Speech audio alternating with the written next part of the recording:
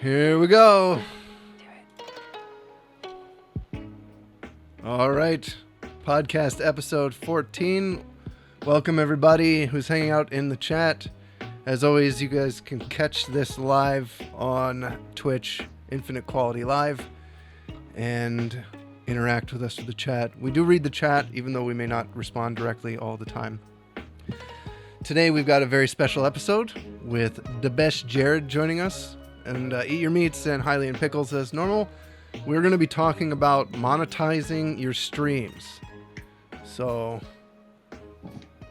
this is going to be a fun one. I know this was actually requested by an IQ member that we talk about monetizing your streams and how this works. So I'm actually going to start with a little bit of story. Everybody's going to listen for a bit. And then we're going to hear from, I think a lot of people wanted to talk to Jared about this directly. So I'm going to have some questions for him. And I'd like to get Pickles and Eat Your Meats perspective. They're both going to have some important stuff, I think, for everybody to listen to as well. Especially, this is a difficult topic. Monetization is the biggest pitfall that I think people run into is that you become an affiliate and you feel like your stream is monetized and you're pretty good to go. All you got to do is just collect some subs and bits and you're good. You can just make an income off of that, which might be true to a degree. That's going to play a part. And I don't want to downplay that section because that's a huge part of Twitch, especially getting like Prime subs and, the emotes and the parts of Twitch, the Twitch culture that are actually really good to have, ingrained into your channel and your stream. But a lot of people, I think, well, I'm going to start with me. My story is basically that I started streaming when there was no affiliate program, and I took it very seriously. It was a secondary job to me, and my goal with streaming was to take my income from zero, which is where I started, to as much as I could possibly make through my live streaming. And there was no subs, there were no bits. The only things I could do to monetize my stream were external sources to Twitch, like tipping, merch, and Patreon. And so what that forced me to do was actually get really creative and try to figure out how to get my viewers, because I only had like 10, 15 viewers. I jumped up to 30 or so viewers early on, made some decisions that actually hurt my growth in my stream. One of those things being switching channels and being very confusing. But needless to say, I had to make all my money through these external sources. And I really needed to focus on getting proper incentives set up. And so the affiliate program, when that launched, I actually felt like, oh, we're good now. Like, I don't need to like force these other things. So I kind of dropped the ball on Patreon and I kind of dropped my general Twitch incentives and just started focusing on subs and bits. And that basically just killed my momentum with my income as well, cut my income down a lot. So I feel like this is the first thing we want to talk about is the affiliate program. Is it a trap? Is it dangerous to streamers, new streamers? Do we want to have a situation where a streamer is only focused on their Twitch income? So let's start with Jared on this. Say hi, Jared. Hi. No, guys, thank you. So first of all, thank you for having me on. I've been with you guys for so long, and I kind of just life got busy, and I've been doing the stream thing and the dad thing and the school thing and all that for the kids. So yeah, you're one of the founding members of IQ. I am, and I think people. I mean, not that makes me special or unique. You're special. What are you talking about? I'm special. I'm a mod in this chat. Which is unfortunately the only place I'll behave. But yeah, we started IQ together, and the idea with IQ was to find like-minded people who wanted to have these serious conversations so that we could hash things out that were helpful for everyone. And I kind of backed out because as my stream was growing, and I was fighting with people who would misunderstand the format of what we do as hypocrisy. And so I kind of phased out because I was like, well, I don't want to grow off of this. Like, I'm doing my other thing. And so it's just nice to have opportunity to be back with you. And so thank you for inviting me to hang out today. The entire point This of is IQ cool. was to help each other and help people. It was just that. It's just to find it's help. like it's equip, encourage, challenge. And it was not It wasn't a game. we weren't trying to gamify anything. And it wasn't a tricky thing where, hey, come and watch this, and then, hey, come watch my stream too. Like, and so, if anybody was curious before we even talked, like, that's why I kind of backed out, as I didn't want misunderstandings with that. But I'm very thankful to be able to hang out with you guys today, especially, newer friends, meets, and all that stuff. So yeah, monetization, dude. The question you were saying, like, is it a trap, like the affiliate program, like, and it's that's such a loaded question, right? because it's like, well, for lazy people, it's incredibly equipping.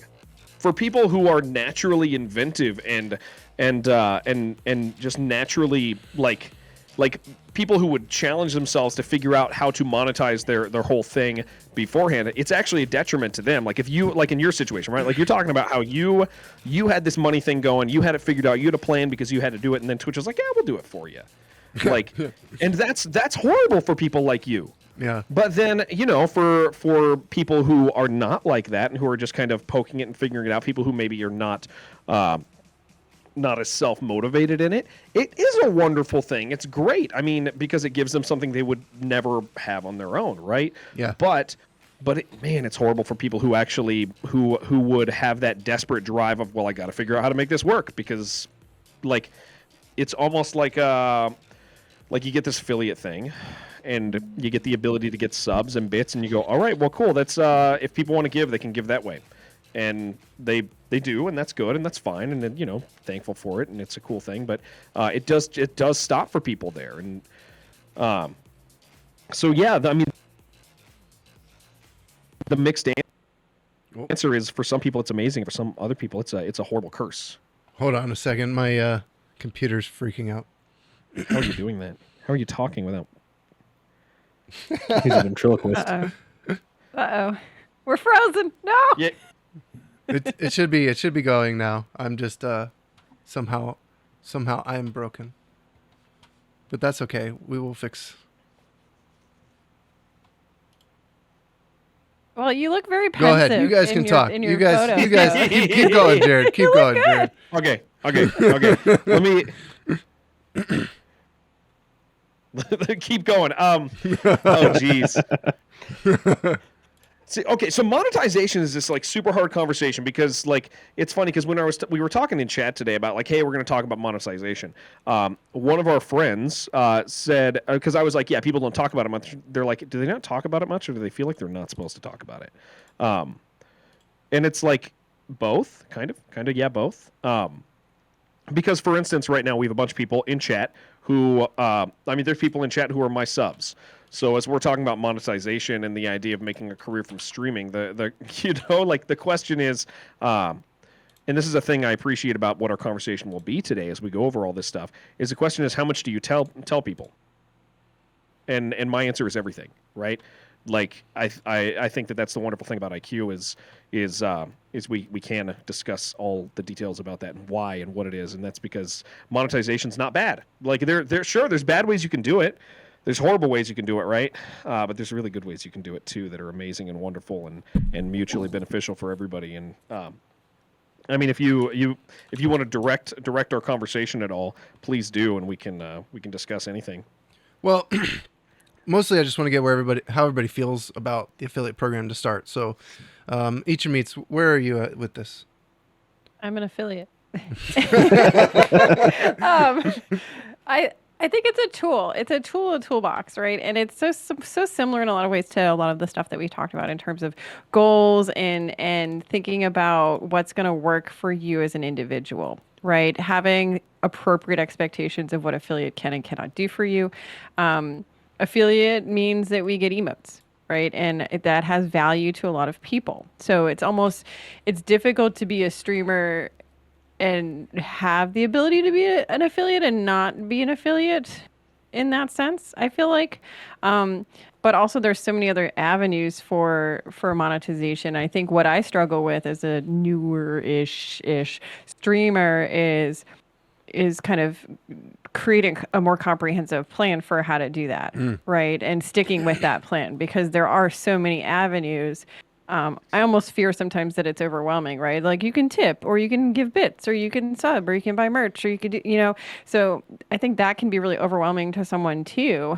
And that's one of the challenges as well is figuring out what's going to work for you, where those balances are and how to guide your viewers honestly because usually they're very willing to give. It's just sometimes it's like going to the Cheesecake Factory and the menu is 40 pages long so you can't decide what to do. Yeah, At that's least true. how I That's feel. true. Like the opposite is In-N-Out. Their menu is tiny, and like there's a lot to do with the menu. But when you go, it's like looks like it's just 3 items, and that makes the selection easier. So yeah, that's definitely an issue. So yeah, there's a challenge when I think this is the problem is like. What I was trying to say earlier, I came into streaming without affiliates, so I had to figure out all those other things first, like merch and Patreon and tipping and how to make them valuable to people so they sign up. We had like a $50 a month Patreon level, and we had 2 or 3 people signed up multiple times throughout the year. That's a lot of money from one person to collect through something like Patreon. We had 25 levels with like 3 or 4 people signed up, $25 levels, and the way that I made that work was through figuring out good incentives that people wanted what they were getting from it, not just to support us, but like as a reward structure, which is something I'd like to hit on later. But the reward structure for Twitch's built-in system, affiliate, and even partner is so obvious and somewhat lacking in some degrees. Like giving a streamer bits doesn't have like all you get is an alert. Right? Like that's it. There's no like, oh, well, there's some emotes now, right? They started adding the bits, like certain bit levels you get emotes. Yeah. So they did start expanding the reward structure a little bit. I'm wrong. But, Don't forget sub trains and what are the hype trains? Hype train. Game trains. yeah, that's true. So like it immediately becomes more obvious what sorry, we lost the music. I had to fix it. I didn't realize everything that broke earlier. So now we're back. Yeah, it's already kind of set up and it's done for you, right? The viewer knows what their reward is. It's, you become a sub. What do you get? You don't have to watch commercials. Like, are all the ads gone with the sub, or just There's the a pre-roll? bug. There's a bug right now. Twitch is saying it's a bug. I'm just going to trust them because I don't think they're actually purposefully nefarious. I think they're actually just inept sometimes. But there's a current bug. People are going to tell you that there's ads for subs. There's not supposed to be. Okay, so that's like more. There's these things that are built in that are supposed to be more obvious. The emotes are obvious. Like you sub, you get emotes. So you don't have to think as a streamer. You just you do. You have to set up the emotes, and you do have to like. You don't even have to do that. There's free ones in there. Okay. They're very bad, but they're actually there. Okay, right. So Oh yeah, that's true. you mostly just have to stream. It makes it really easy, and I feel like that can be good in one way because a lot of streamers probably shouldn't focus on monetizing their stream, right? So maybe this is something we should talk about first. The first thing you should probably do is not incentivize and create all this way to make an income off your stream. You should first try to become like a good streamer. Like make a good stream. That's an okay place to start. Yeah, dude. Yeah. I feel like it's if you don't know how to use technology, you don't know OBS at all. You don't like Jared. How long did you spend like while working full time, having a family, suffering to try to figure out streaming. I don't think people realize how much work you actually put in to learning how to be a streamer. You didn't just like turn your stream on and be like, "Give me money," right? Yeah. Like obvious. Okay, so like I mean, I can say it because it's like there's some natural talent, right? Like I started streaming and it just kind of worked, and part of that is because of my employment and profession and stuff like that. And your being a entertainment salesman. history. Entertainment history, yeah, you and I. We've been on stage together many times.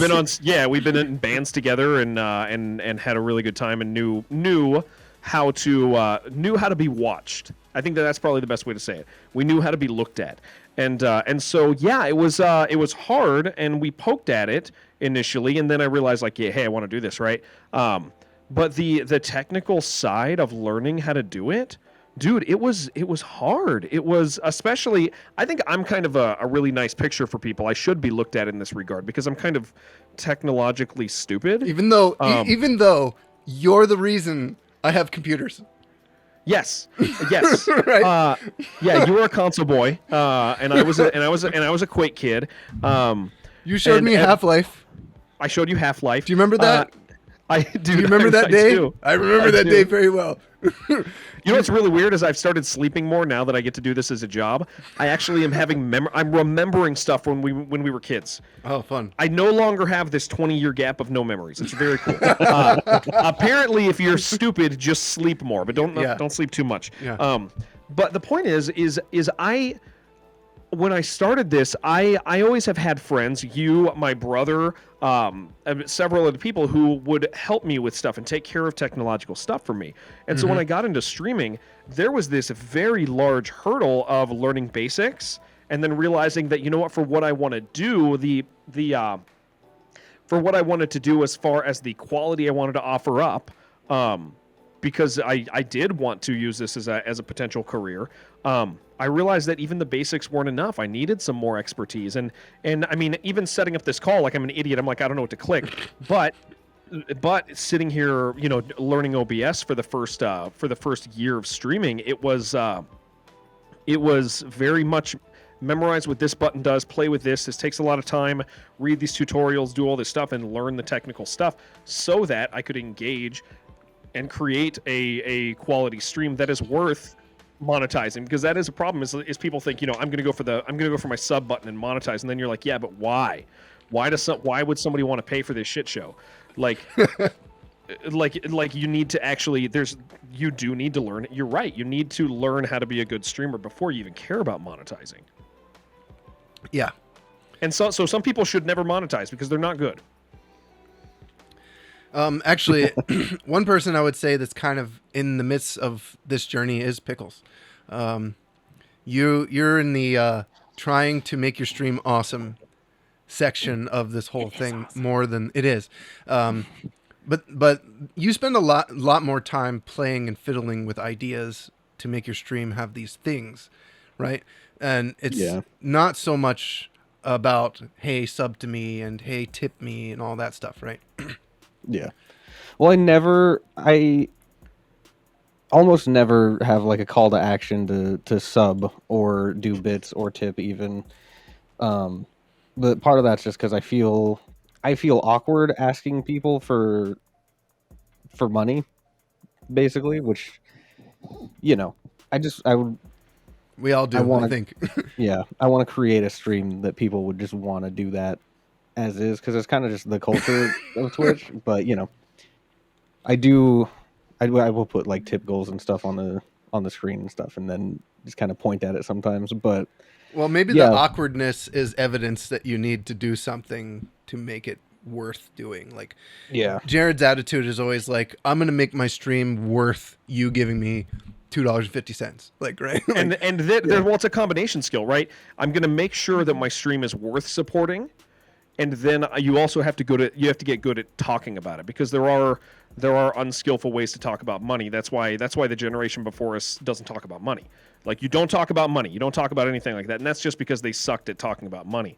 And I think that there's mature, grown-up ways to do it, and ways that cater to conversation. And that's the streamer's goal, right? You're sitting there putting on this awesome stream. Let's just say hypothetically you're really good at this stuff, and you're putting on an awesome stream, but you're not going to be able to put on that awesome stream if it doesn't pay back, because it takes time and it takes effort. And if you're actually putting forth effort, then like it's not going to continue if it's not supported. And so you have to figure out ways to talk about money. And it's and that was, I mean, when I will never wish nobody ever do what I did when I went full time. It was stupid. It was very, very dumb, but it was a desperate move. I was stuck and I needed to do something, and I did have a backup plan. I had a job when I moved out here, and I had pay. They were paying me like, so I had a backup plan if it didn't work. But when I came out here, I didn't have very many subs. I didn't have a focus. I didn't have a focus on tips yet, because so we were still giving Twitch an insane amount of money. Yeah.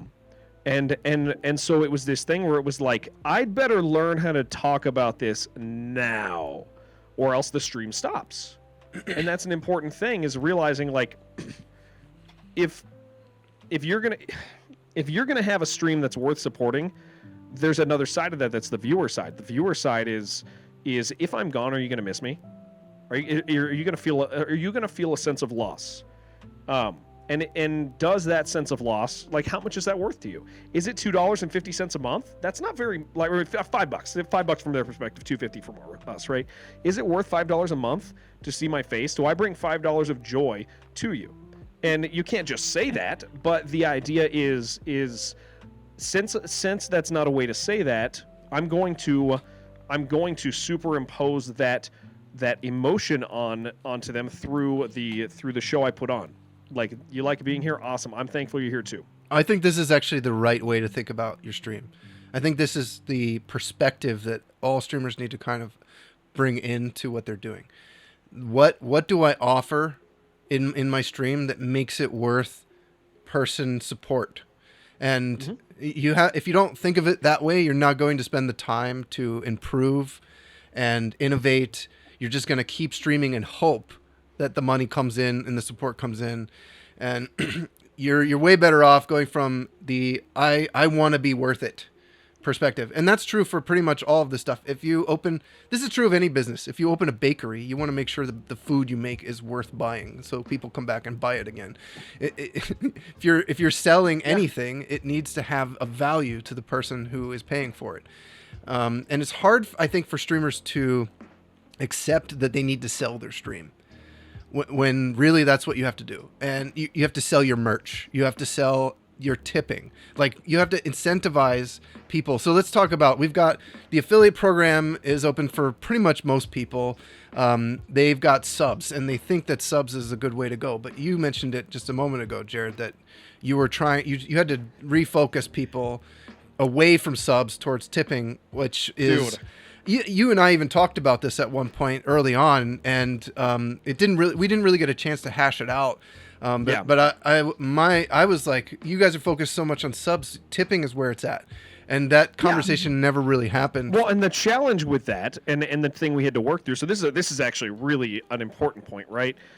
Especially because everybody always likes to get mad at Twitch, and I'm going to stop my sub and blah blah blah. Like the idea is like subs, tips. Like how do you do that? Like, because for this hit me, right? Like, I was sitting a little bit before before I became a partner, I was sitting at 1,400 subs every single month. And I was like, that's awesome, but I have analytics. I know how many people are actually self-subbed. Mm-hmm.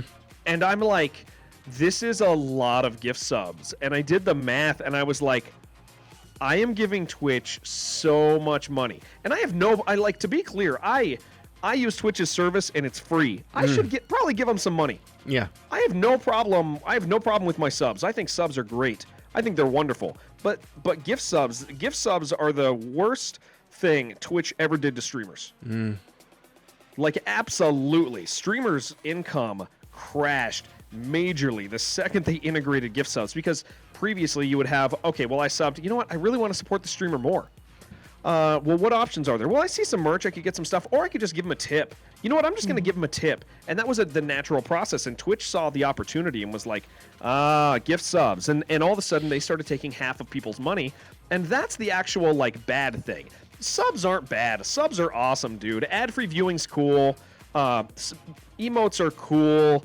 Like, the new stuff they've added, they're cool, man. I love subs. And it's so humbling that somebody would sub to a channel. Like, and do I have a problem giving Twitch 50%?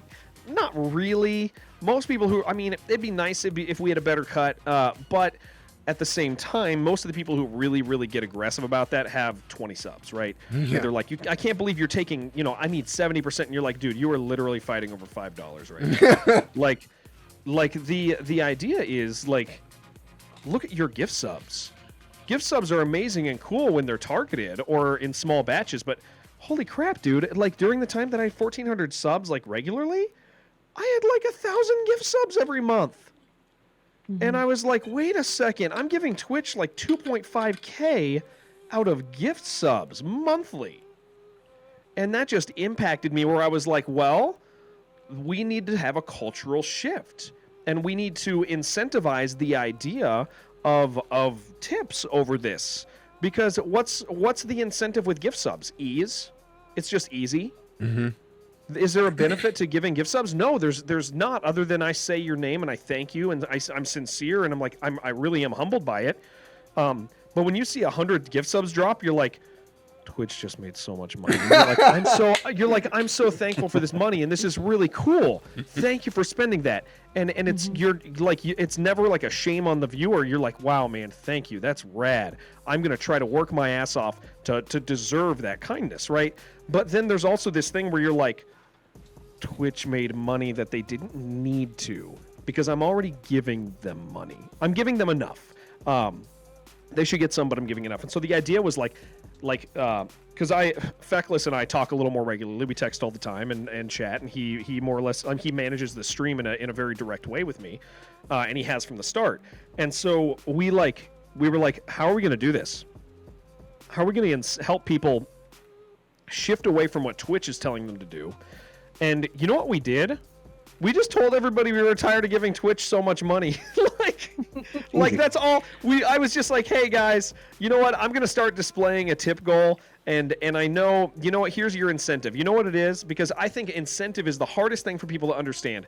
Because if you have 100 people giving to your, I don't even know, coffee, whatever the hell too many options. Like whatever donation tip sort of things there are, like everybody comes up with all these creative things. You don't have to be creative if you have a quality stream, because the incentive, you can incentivize memories. True.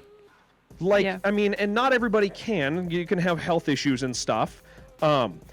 But the memories have to do with personal skill. Let's say hypothetically you sing and you like singing, and so you incentivize a stupid song that you're gonna learn and sing in front of everybody if you hit a certain goal during a certain month. Like, cool, you've just incentivized a memory. Like, and I think if you call them memories, it's better. Me, I do stupid hot stuff.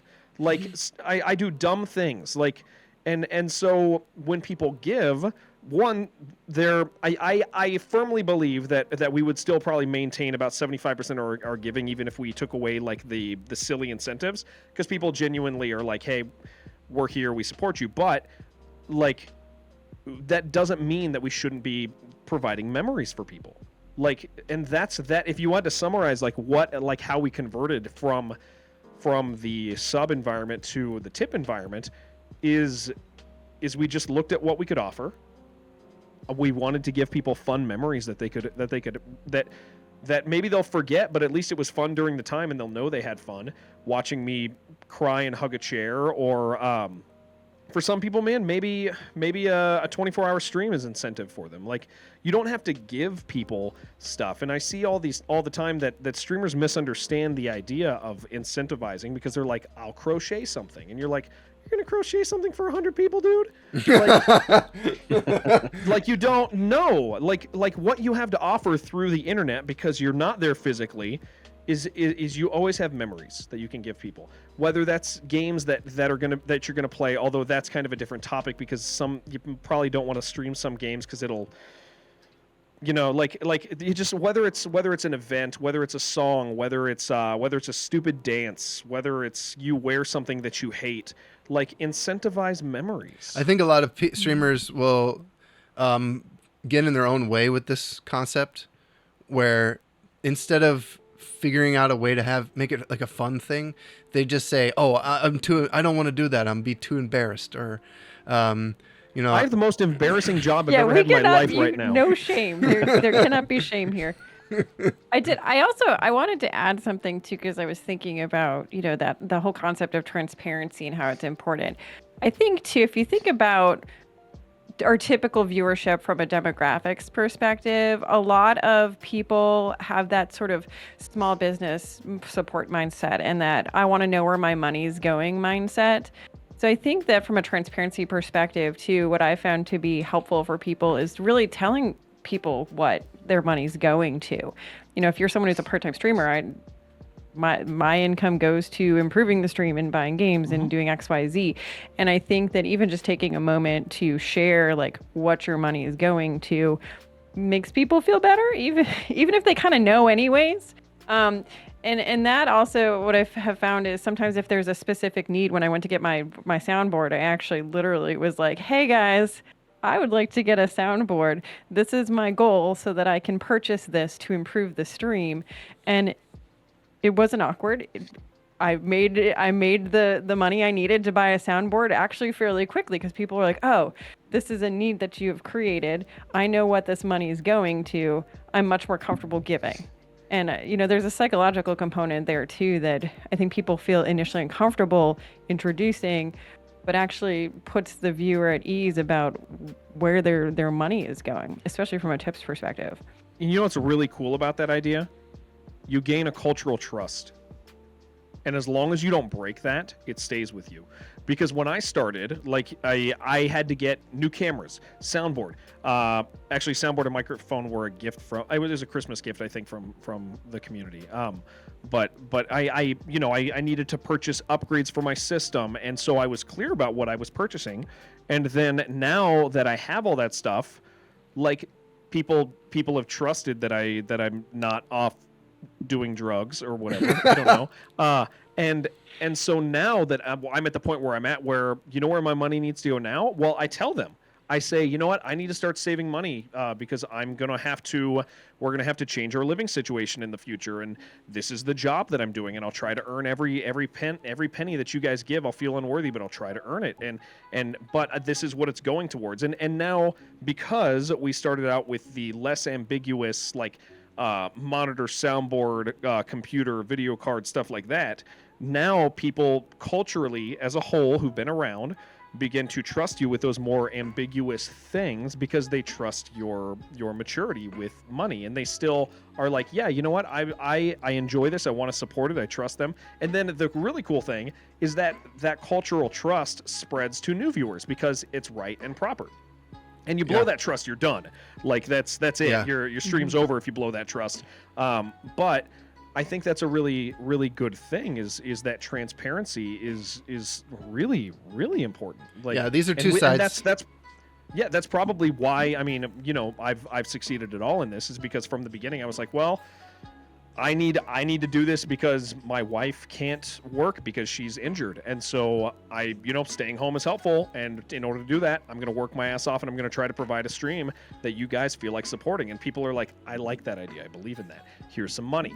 And you're like, cool. I thank you. Like, you also made your story very clear.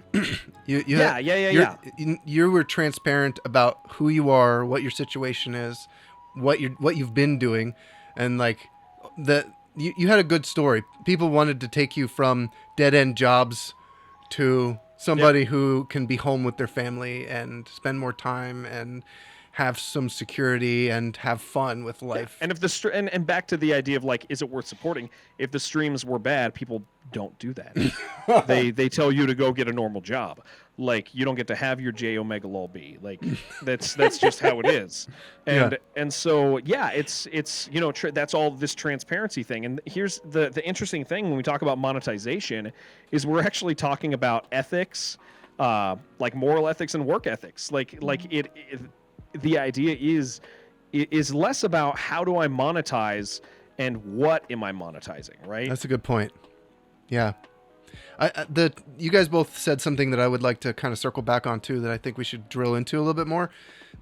the idea of why people give you money is the memories thing was a good thing. I think that's the best way to kind of show people that they can create kind of a, I don't know what to call it, but a system that allows people to invest in your stream for a reward.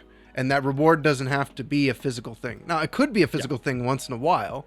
If you have physical things to give away, maybe that's smart. And you can just do a giveaway and one person from your community ends up with this thing. But the memories is more valuable because everyone gets to take part in that. And so you have these events. Jared, do you want to give us an example of like your Oh, you know what's really funny is I was just like, I don't know, man. Well, okay. Like, I remember a kiddie pool and lots of beans. There's that one. Okay. There's some suits.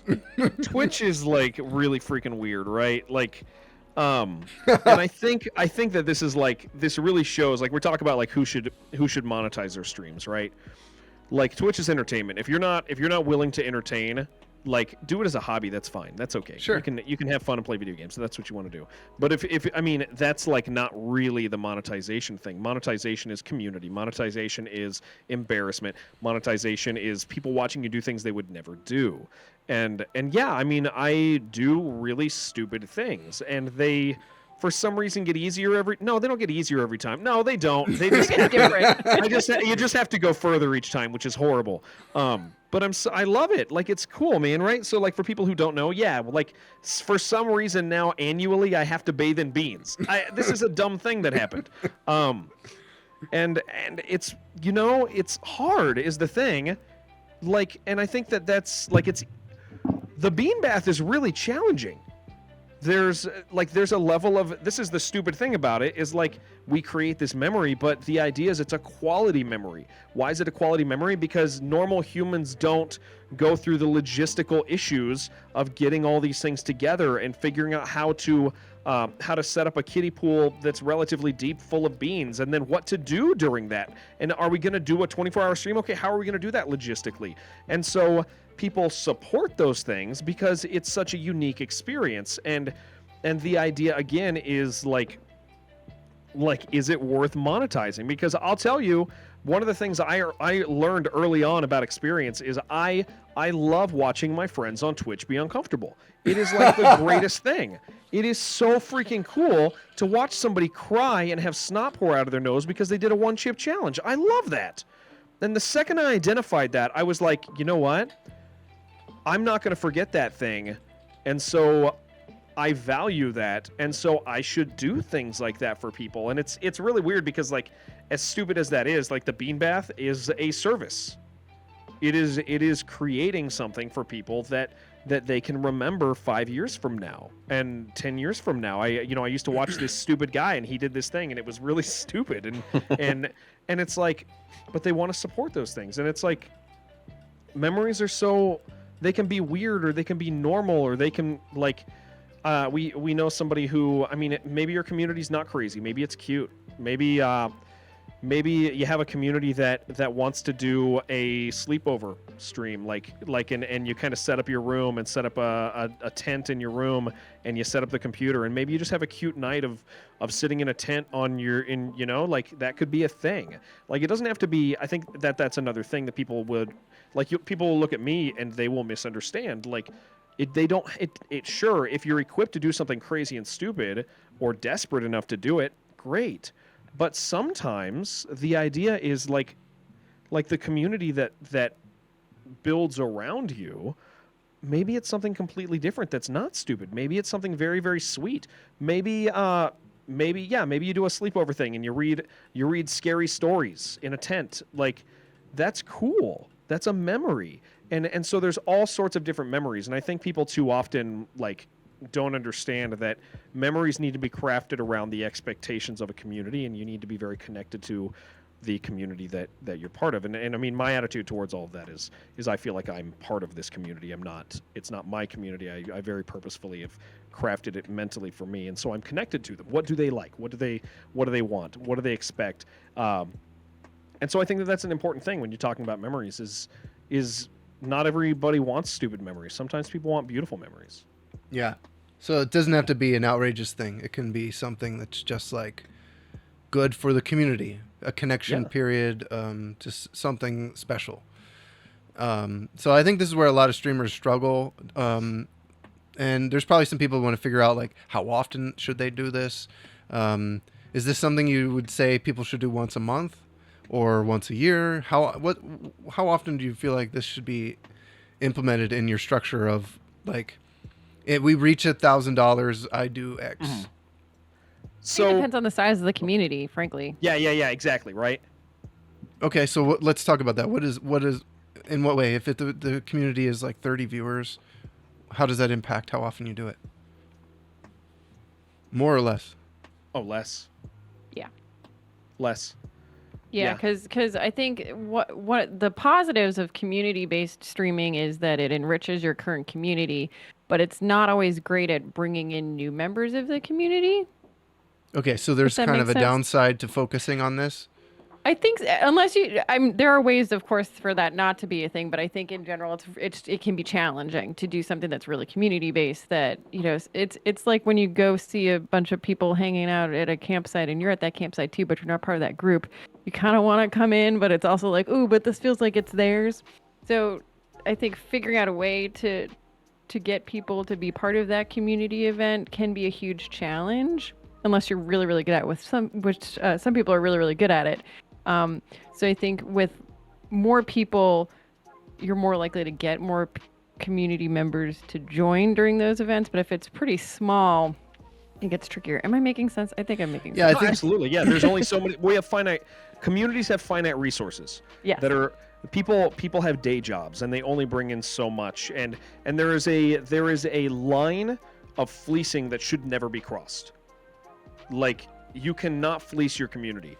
The second you do that, your stream is done, or a year later it'll be done when people find out that you are horrible and are not caring about the well-being of your people. It's really funny because like a lot of us have church backgrounds, and there's a lot of similarity to the way that a healthy community grows to the way like maybe and I say this, I put the word good on this because there's bad people who do it, a good pastor.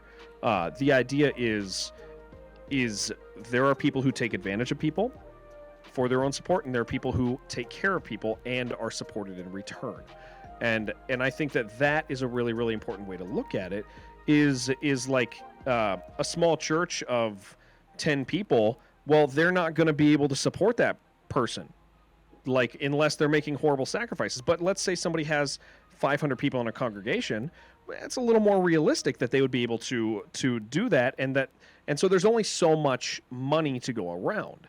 And I think it's important to be realistic about that. And so when we're talking about frequency of special community focused incentives, one of the things that's important is recognizing your community size, and you have to feel that out as you go. A new streamer is not going to have a lot of that stuff, and that's normal and fine, and they're going to constantly adjust. But yeah, there's really finite resources, and you shouldn't, like, you want people to give out of like abundance in their life, not sacrificially. You want them to give out of abundance, and realizing what abundance looks like for different community sizes is very, very important. And it also sets the tone of your receiving, because then it allows you to, like, I care immensely about my new kick is now that I'm not starving, I want to give back, and that is because people have given out of surplus to me. Like, and so the idea is like, will a streamer do big crazy things all the time when their average is 30? No, they shouldn't. They really should, like, occasionally do something really silly and fun or really cute, but they shouldn't do it all the time. Where, like, for instance, the size of the stream that I'm part of now, like, I generally there's different degrees. Like I'll do something stupid every month, and I'll do something stupid every month in response to, not in response to large giving, but in response to continued support.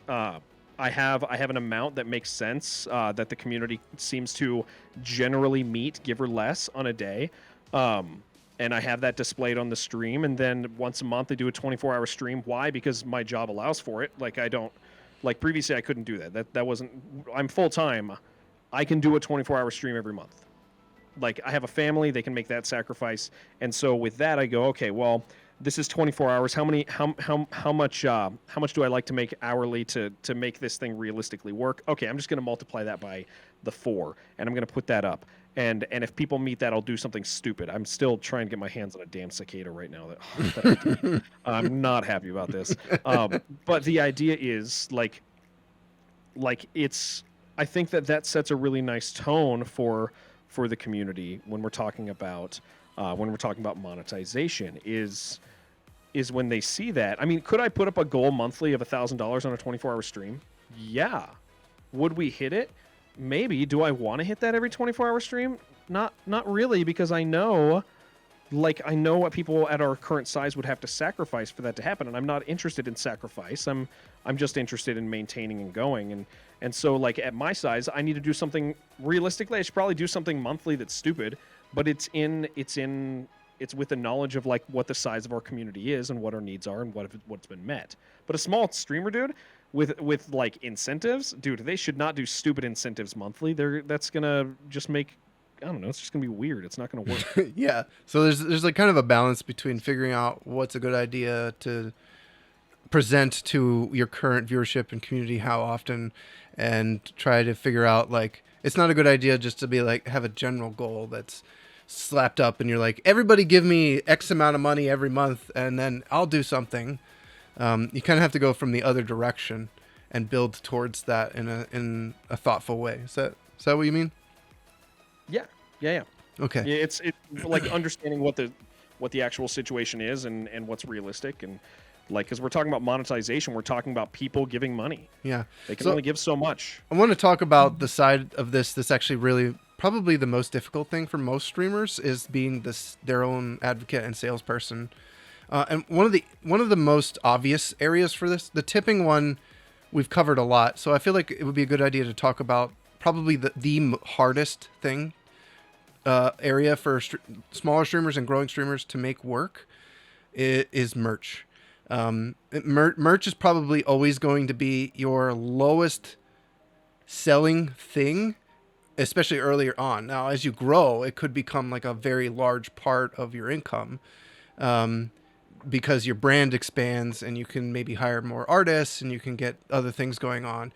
But merch has always got this, like, it's like a second job. It's like, it's more than just being live. You have to work with artists.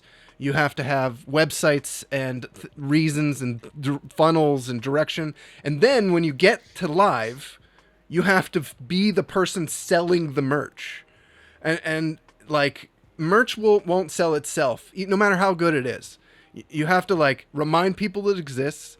You have to point people to it through mechanisms that are not like, you don't want to be like the used car salesman. And you want to be kind of excited about the new merch that happens. So Jared, you've got merch going for a while now. I do. I have. Would you say it's probably the hardest thing to push? And so I have a really unique merch situation, and unique can be good. But there's sacrifice with what we do, right? So for those of you who don't know, I have one guy who does our merch primarily. Well, technically you have 3. Yes. You have one making the artwork. Yeah. You have one posting and creating the products. And then you have a third person funneling that to your website. Correct. So here's the important thing with merch. The more money you want, the more effort you have to put in. Yep. Mm-hmm. And so, do you know how much effort I personally put into merch? Very little. Well, it's a kind of a self-sustaining system that you've set up. And so, do you know how much money I make off merch? Very little. Very little. Right. But to be clear, there is money coming in. There's a benefit. Yeah. There's a massive benefit to me in doing this. And so I think that this is the thing that people need to understand, because I think when this is one of the things that drives me nuts about stream experts, right? Stream experts always talk about finding multiple veins of income, right? And they always go sponsorships, subs, coffee, merch, and you're like, you're not going to make money off merch, dude. Like it's one of those things where you're really not going to make much money off merch. You want to know what the beautiful thing about merch is? When somebody buys merch, they become a super fan. Right. Connection to your community is the value. Yeah, I might have a Jared tank top. Just I know saying. you do, and it's so exciting. I wear it on stream sometimes. It's so exciting to see people wear our stupid crap, and so, like so I've set it up. That the guy who does our merch, we've cut him a future deal that is insanely generous. Mm-hmm. Like it's stupid of me to have made the deal I've made with him. Well, the way you've set it up, to be clear, you made it easy on yourself because you're sacrificing your part of the income to correct. make sure the merch happens. Yes, and because I the think merch that's happening smart. is more valuable to me. Right. Now, here's the other important thing: is like, and this is a thought that you have initially, and I have less now because my stream income has normalized and it's less temperamental and scary. But you don't want to do merch too early, right? Because people are going to spend money on merch, and you're going to see less of it. And if that's an important thing for you, well, then that's kind of scary, because you're saying, hey, spend money on this. The payment's going to go to the merch company as well. And you're going to get a cool shirt, which is awesome. But let's say if I was like selling 50 shirts a month, that's a lot of money that like people are spending that wouldn't support the stream. And at certain points in your adventure as a small, medium, transitioning streamer, whatever, like, that can be devastating financially. And so it's an important thing to be like, yeah, merch is really, really good because of the commitment. But yeah, like we had just had Feckless type in chat, like the cut on merch is higher than Twitch's cut on subs.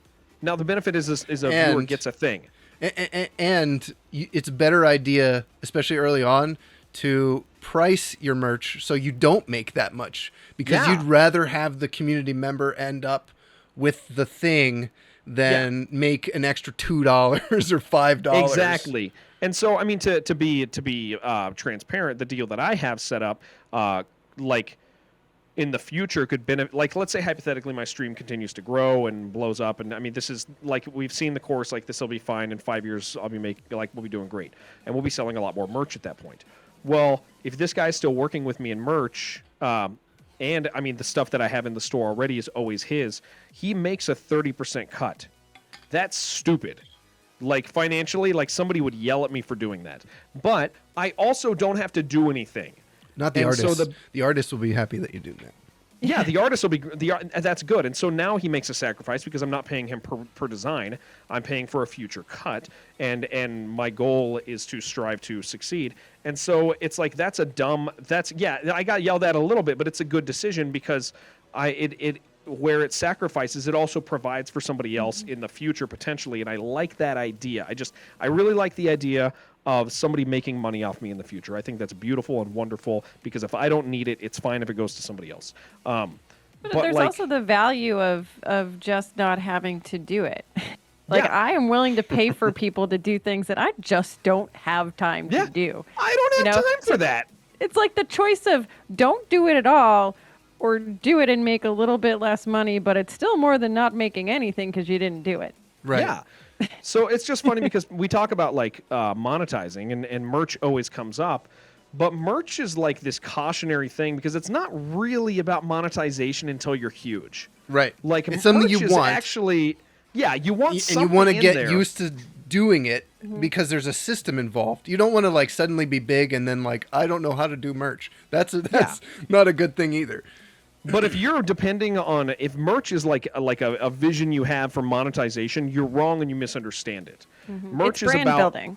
Yeah, exactly. It's about a connection, and that's what it's about. And cool. I mean, like, I've probably over the course of the past 2 years, I think I've actually made personally $200 on merch. maybe 150 personally, because the money has gone elsewhere to other people. And it's like, but the amount of people who have merch of ours is wonderful to me, and I really like that idea. And it's like, so yeah, merch is not about monetization, and I think it's a really silly thing that stream experts show their lack of expertise in presenting that as a monetization tactic. It's not. It's funny because it's actually really important for other reasons, like Yeah, completely yeah, different yeah. reasons. Yeah, merch is one of those things, and so like, but even when it's just to build the community, it becomes easier for you to kind of be your own salesman for the merch because it's just a fun thing for everybody. If Yeah, they it's want really to buy, cool, dude. Yeah.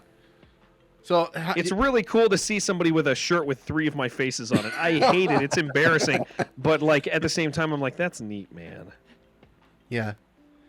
So there's these different categories that I think everybody wants to like think about when it comes to monetization, but the value is not always about the money.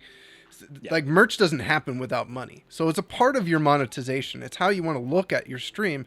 But really the goal would be, especially initially, to kind of get it self-sustaining so that there is merch. And I would say one piece of new merch a month is a lot for a small streamer. You'd be better to have maybe 4 a year or less, and just try to see if people are interested. And Seasonal merch. merch is also complicated because working with artists is not always an easy thing for a streamer. You have to find, first of all, you have to find an artist you can trust that's going to be around for a while, that's going to, and then there's a lot of other steps involved. They may give you the art, but now you have to figure out where to put the art and how much to charge for the art and who gets what money from the art. And it can be expensive to find an artist who wants a bunch of money for the design.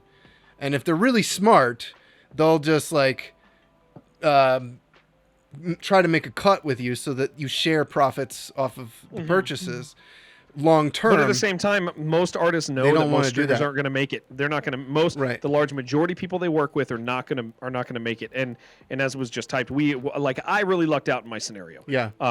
Like massively. It's not a unique thing, and so it's not a form that people should necessarily expect to have.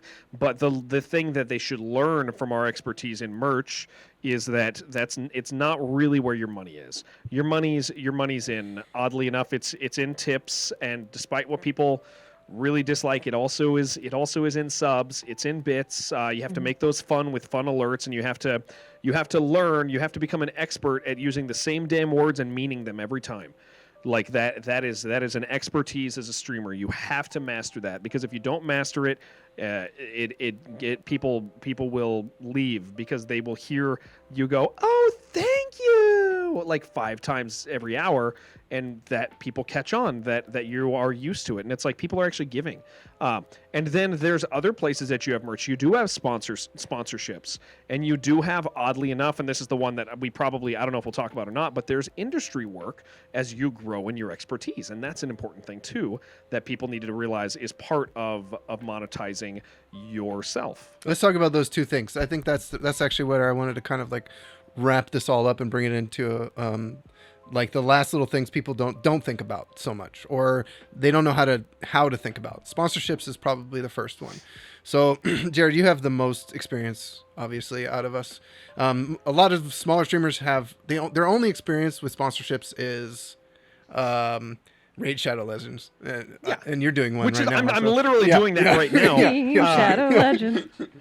So talk to us about what should streamers think about going into these, and what should they avoid? Yeah. So here's my sponsorship rules, and to give people an understanding, if there's anything I'm an expert at, it's sales. I've been in retail sales my entire life in one form or another. I worked at Kohl's, and like sales mattered to us. We took our store from being sales forever, Jared. Yeah, we took our store from being the worst store, like one of the worst stores in the nation, to literally the top store in the U.S., and we had it there for 6 months.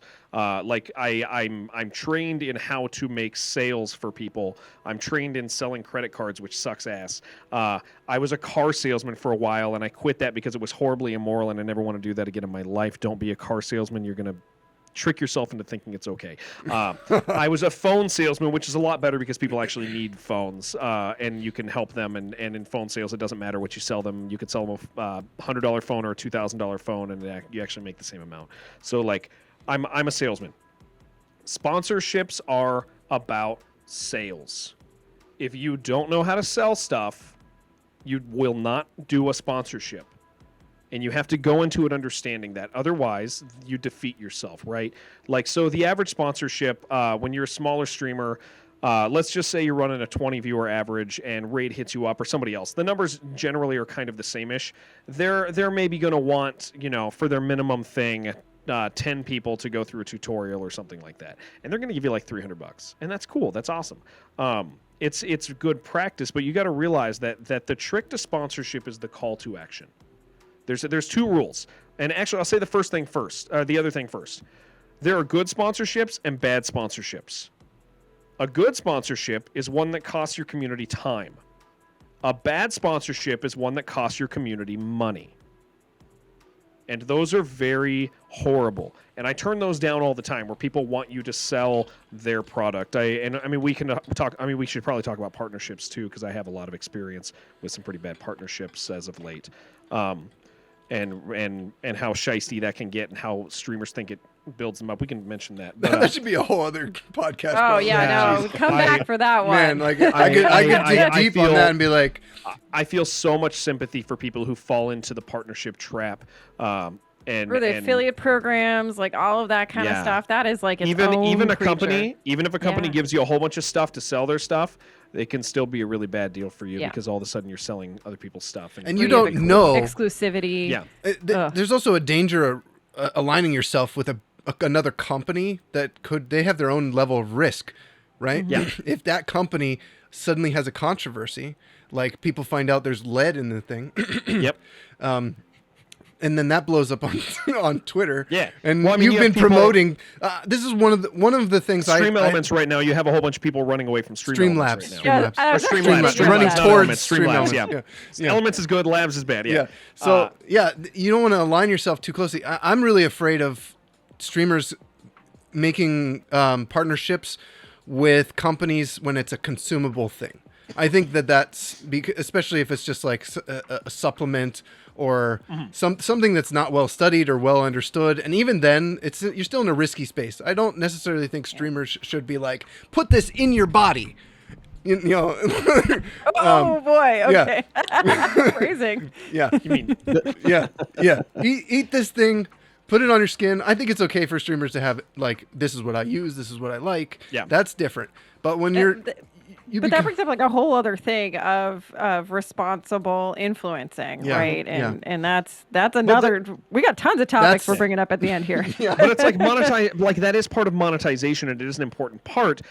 Here's the big deal: is you're told it's an important part, but it's a dangerous part. And because you're told it's important, people jump into it like way more. I mean, you can even review. With my partnerships that I've had, I've done contract review. It looked normal. It looked fine, but there's a whole bunch of other stuff that people should really understand. And unfortunately, the streamer expertise culture acts like that's a much more normal, safe thing than it actually is. And I would caution people to not take partnerships until they have power in a situation. I agree. Even then, it's dangerous. This just happened with a giant streamer recently, where she associated herself with a brand and a product that promised things, and then everybody freaked out about it because there was no studies to back up that the product worked that way, and then the whole company went under. And how many millions of dollars? But for all these new people who are smaller streamers, the idea, it should be terrifying that somebody is approaching you because you don't have power in the situation. If you can't say to that person, hit me with a better deal, you probably shouldn't take the partnership. And that's just my general rule, is if you can't say, give me a better deal than that, and they take you seriously, then don't take it. Partnerships are bad. Sponsorships, though, are a different deal. Sponsorships are beautiful. Sponsorships are great because it's money for time. And as I said, you have time and you have money, right? If it's going to cost your community money, never do it. It's just don't do it. Don't sell somebody don't take a sponsorship from a hardware company. Don't take a sponsorship from Clawy. Don't do that stuff. But if somebody hits you up and they're like, "Hey, play this game," and have people play it, okay, cool. Well, maybe that's great. Maybe your conscience will allow you to do that. Maybe Raid Shadow Legends is okay. Maybe you have maybe there's a thing you dislike about Raid, and you have a conscience where you're like, okay, I don't like that it can promote gambling, and that's totally different thing. But the idea is, like, sponsorships are a good way to get money from a company for your community's time. And if you look at it that way, sponsorships are a really, really good deal. Because like what I'm doing right now with Raid, and I'm very fortunately in a position where I mathed it out and I'm able to give money back if we hit our goals, because I have a minimum amount that I need to put off to the side. Like, the idea is it's not costing my people anything, right? Other than their time. They're not spending money. And I think that's great because I kind of need money anyway to live. And it's nice when it comes from a company that can afford to give it to me, as opposed to the people who usually do. I love that idea. I think sponsorships are great. And I think that the best way to succeed at a sponsorship is to find somebody who's good at them and just ask them for pointers, because it is such an individual thing. It's going to be a different challenge for one person over another. Then maybe they just need the right words to say. Maybe they need to learn how to do calls to action. Maybe, like, there's going to be different things. But I think that the key to sponsorships is to reach out to somebody who's done them. And I'll tell you, I mean, I always make myself available for that. I'm in freaking Stream Elements email. Like, I get messages from people all the time about Raid Shadow Legends, and I'll give 5 minutes and tell people what they need to do and how to succeed at it. And the trick with sponsorships is again, transparency. Yeah. I'm doing this sponsorship. Here's my goal, and here's what I'm going to use the money for. And people go, "Oh, that's free money. Okay, let's do it." Like, it's, again, monetization is so much about transparency, and it's just so funny because that's so opposite of the way that people naturally feel about it, right? Like money is so hard to talk about, but when you talk about it, when you're actually, first of all, the reason people don't like talking about money is because it makes you responsible to use it right. And that's why they don't like talking about it.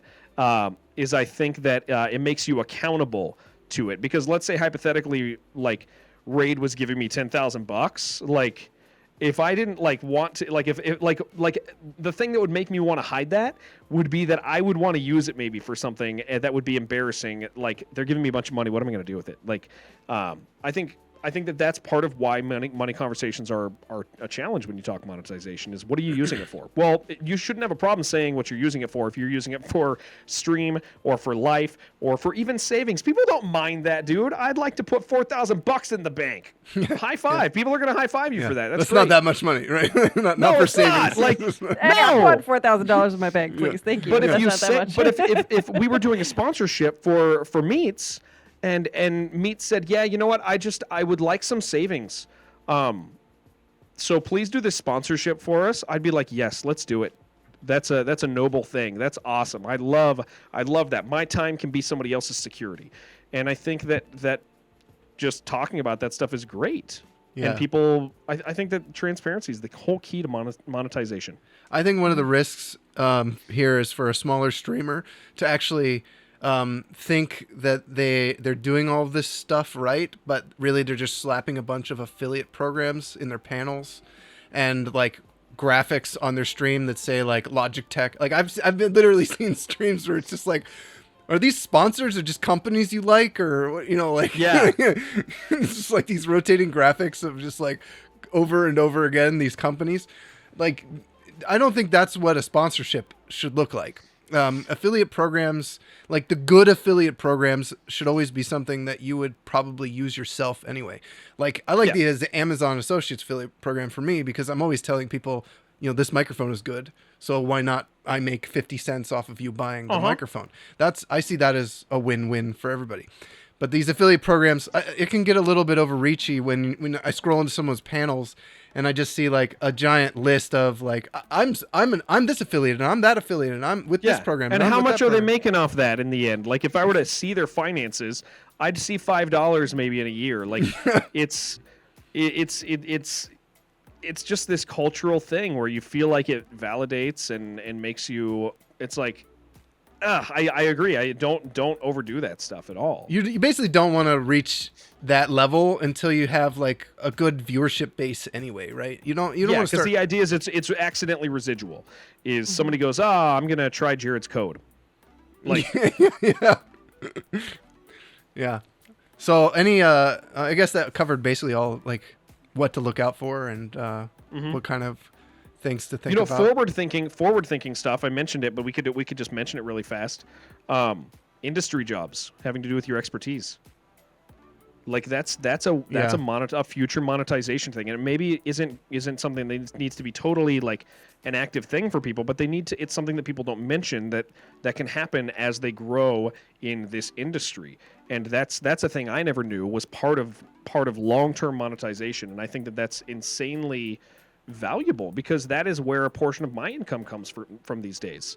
Like for people who don't know, like as you grow in, I guess, renown.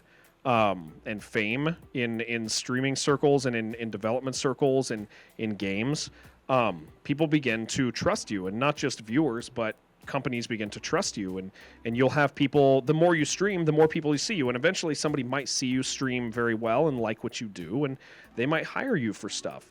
And it's like that's a very real potential that's a very real financial like thing. That if you are good at streaming will happen eventually. Mm-hmm. And while a new streamer that's not a concern of yours, you definitely want to realize that that's a possibility. I work with publishing companies and I record videos for Steam and they pay me for that. Like that's cool. That's a great thing. And how did that happen? Somebody literally watched me stream a game once and they wrote me a message and said, "Hey, I'm with this publisher and we would like it if you would do this for us." And then I did a good job for them and they wrote me back and said, "Let's do it again." And now realistically, I probably make $500 a month from a publisher just by doing videos. And that's a thing that like, you want to realize that monetization comes from like there are corners of monetization that come from expertise and from skill and from growing and being good at what you're good at. And so that's a thing that I think the current, like I don't keep saying it, stream expertise culture, like trainers, coaches, stuff like that, they don't realize because they've never encountered it. Yeah. Like they're not there because there's nobody that caters to within their circle because the majority of them aren't doing gaming and entertaining. They're looking at themselves as trainers and teachers. And so they aren't aware that exists. But to people who play games and build communities, that's actually a thing that can happen in your future if you're really good at streaming. And it's a thing that you can be prepared for. It's a thing you can kind of look forward a little bit, especially around like big Steam. If you know a big Steam sale's coming, like in 2 months, like an event, a Halloween event or something, you can technically, if you're really, really charismatic and you're good and you have a good sized community, you could write them, show them a clip and say, "Hey, I'm looking for work and I'd like to do a video for you here." Like, and you can actually, the funny thing is you can technically ask their rates.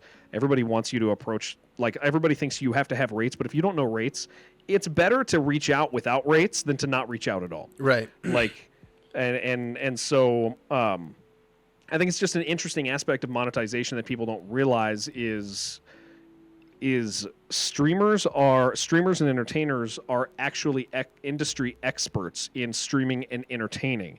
And those people who work for companies are not that. And so they need that. And so get good at entertaining because in the future you could have opportunities to do that. I think for monetization. I think the best advice we've given out so far is become good at streaming. Right? What? And yeah, become good at streaming and be sincere and open about everything. Like, and that it's so directly tied to monetization, though. It like, is. It really, really is. Like, monetization isn't like as easy as just make sure you have enough revenue streams. because somebody with 20 revenue streams who sucks is still going to make nothing. You're just gonna make nothing 20 different ways. Yeah. All right. So eat your meats and pickles. You've been paying a lot of attention to the chat. So was there any good questions that we should or anything that anybody brought up that we should go over? I think there is a lot of and I don't think we can really cover all of that today, but there is a lot of intrigue and interest, I think, in intelligent sponsorship, including sponsored streams and things like that people are asking a lot of questions about that. Honestly, I generally avoid sponsored streams because they just are. I don't have time to read all that contractual stuff, frankly. I'm like, which can be a challenge. I don't know if we want to speak to that more or maybe table it for another time. Yeah, That's one of the big things. Yeah. There would be good for someone. There's definitely space in this industry for someone to set up like a good middleman style relationship between the companies and the streamer, so that the companies don't have to have the headache of the toxic streamer, and the streamer doesn't have to have the headache of the toxic company. Needs like Preferably a system like an that's not easy automated. lawyer. Right? No, like real people, like a Yeah, manager for an actor or a band, Mm-hmm. the similar kind of role. Exactly. You need like a stream agent, but those really don't, They don't exist, at least yeah. not in the same way. Yeah, I know that there's space for this actually, because I walked around TwitchCon, I think it was the 2018 TwitchCon, and I asked every vendor, would you like to have some company that would help you facilitate relationships with streamers for sponsorships? Because I already know the streamers want this, because the streamers are bad at it. And I was more worried that the companies would not really want a middleman, but they all seemed very positive. I remember AverMedia was the most excited about it. So there's definitely room here for this kind of thing. I think we should just I just don't know if there's enough money in it, and I think that's part of the reason why it's a challenge. Is like agents for smaller streamers, that it's an income issue. Right. You know? Yeah, for sure. So let's wrap up with some summary thoughts here. And I'll tell everybody, if you're watching this, whether it's live right now on Twitch or on YouTube or listening to this on your favorite podcasting platform, you can check out our community. It's free to apply to be a member at infinitequality.live. And we have a robust community website where people post interesting tidbits of tricks and information. I make weekly videos for the YouTube channel, so you guys can make improvements to your OBS and you think about your streaming. We have community discussions. So all you have to be is an affiliate. If you're a streamer and you're a Twitch affiliate, please go check out infinitequality.live. And if you want to join our community, you can apply to be a member there. So final thoughts. Pickles, we haven't heard very much from you tonight. So what do you want to wrap up with, if you had some final thoughts to share? You know, I don't know. I mean, we pretty much covered a lot of stuff, but yeah, like we kind of touched on a couple times, just the first step is being a good streamer, create a good stream, and then the rest will kind of naturally present itself, and then you have to take the avenues as they come, but you can't take those avenues if you don't create a place that people want to be, you know? Agreed. I've seen way too many people, as soon as they hit affiliateship, say, all right, merch. Like, you can't get too excited too quick. You got to be able to do the fundamentals first, and then do the next stuff after, you know? Yeah. All right, Meats. It's your time. My time. Ooh.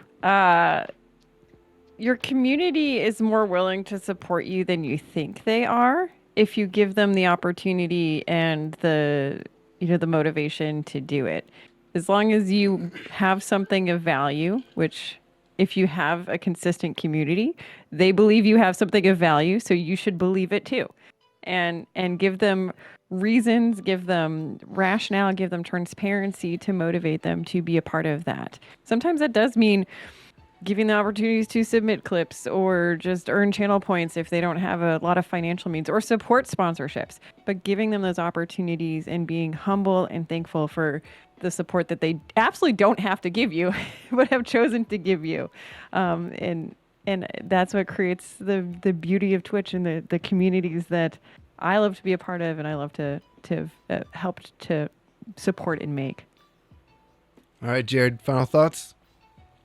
Monetization comes in so many forms, right? And I think that that's why it's so hard.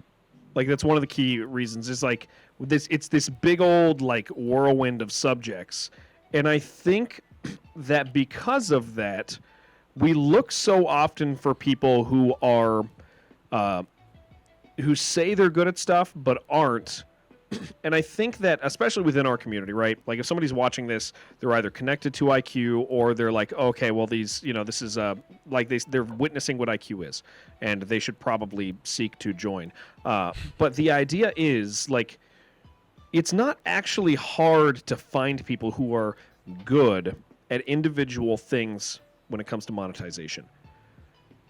And those people, generally, if they're good at it, don't mind talking about it. They don't mind answering questions. So, like, you see somebody who continually makes tip goals and is hitting them. You see somebody who's full time because of that, or you see somebody who does sell merch, like, or you see somebody with a lot of subs and they seem to do it with grace. And there's a way you can be like, like, you see somebody and you're like, wow, they have a lot of subs, but they seem to, it's not just like two people gifting them 400 subs.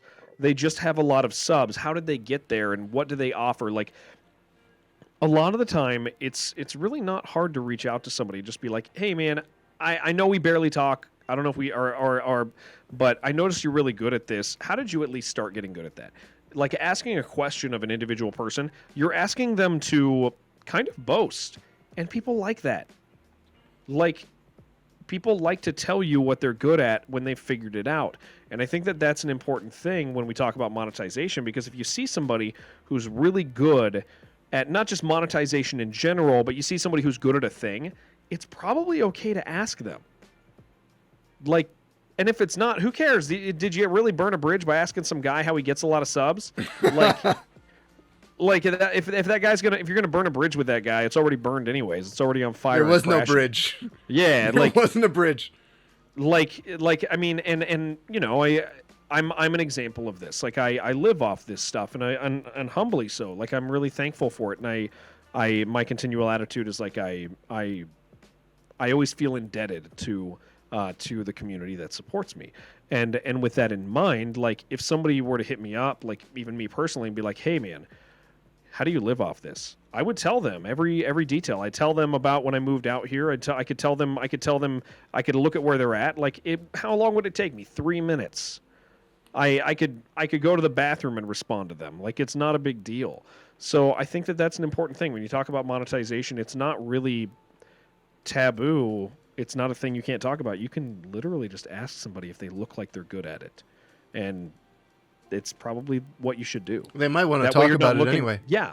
That way you're not looking at it like this big scary thing. You're looking at it as individual things. And I think that we've separated those categories really well. Tips, sponsors, subs. I mean, bits kind of falls into those free form. Like, yeah, I think that's an important thing people should understand, is asking is okay. Yeah, good. All right, so get good at streaming, make memories, be transparent. I think those are very good core elements for us to hit and talk about. And I want to thank everybody who's in the chat. Jared, thank you for joining us on the IQ podcast. Oh, yeah. We will definitely have you back on someday in the future to talk about more stuff, because I know a lot of people want to hear from you. So thank you for giving us your time. Eat your meats and pickles. Thank you guys again. Everybody in the chat. We will see you guys next week for another podcast on Wednesday at 4 p.m. Pacific.